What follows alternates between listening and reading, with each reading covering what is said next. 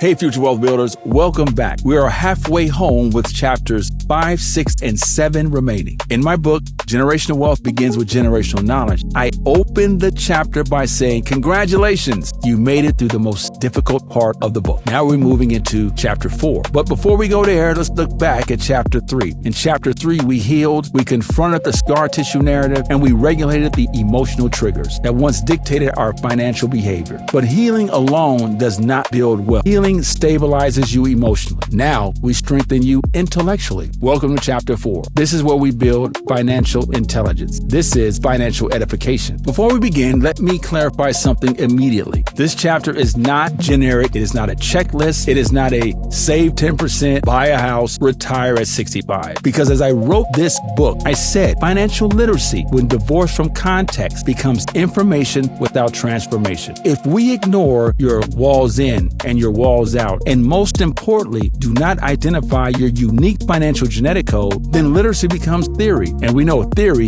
does not change behavior. Remember what we discussed in chapter 3. The amygdala reacts, the hippocampus stores emotional memory. Remember, system 1 moves faster than system 2. If literacy does not account for that neurological reality, it never penetrates identity, which means you can know better and still not do better. Therefore, financial literacy is information transfer. Literacy teaches you how money works. Edification teaches you how money works within your ecosystem, within your culture, within your environment, within your personal economic lane. That distinction is everything. Traditional financial advice assumes a level playing field, but not everyone starts from the same place. If we consider the 100-meter dash, but in the 400-meter dash, the lanes are staggered. Everyone runs 400 meters, but not everyone starts equally positioned. Financial literacy that ignores staggered starts becomes blame disguised as guidance. Financial intelligence acknowledges structure, teaches strategies within it. In chapter 4, I referenced Mayor Torrance Harvey. He had done all of his healing work, but his aha moment came when literacy met intention, when financial inclusion met education, when knowledge met application.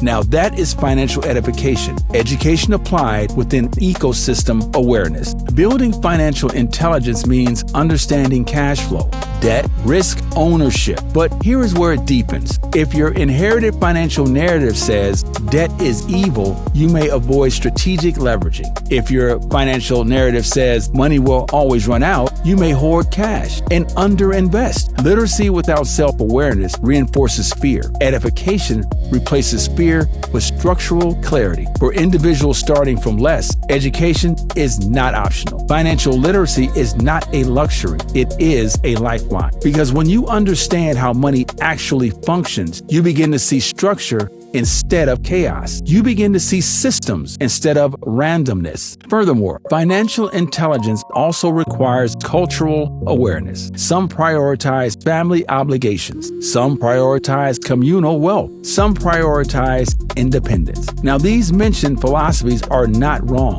but remember, each of them is provided to us without our permission. Financial intelligence means understanding the cultural code you inherited and deciding consciously what moves forward. That is authorship. That is power. So, future wealth builders, remember, healing calms the past. Literacy builds the present. Edification strengthens the future. Generational wealth begins with knowledge. If you have not already picked up your copy of Generational Wealth Begins with Generational Knowledge, make sure you do so. And also go to drjwallace.com and join the newsletter to continue the journey. This was chapter 4, Financial Edification, where empowerment becomes legacy. And remember, generational wealth begins with generational knowledge. I'll see you in chapter 5, Financial Well-Being. Take care.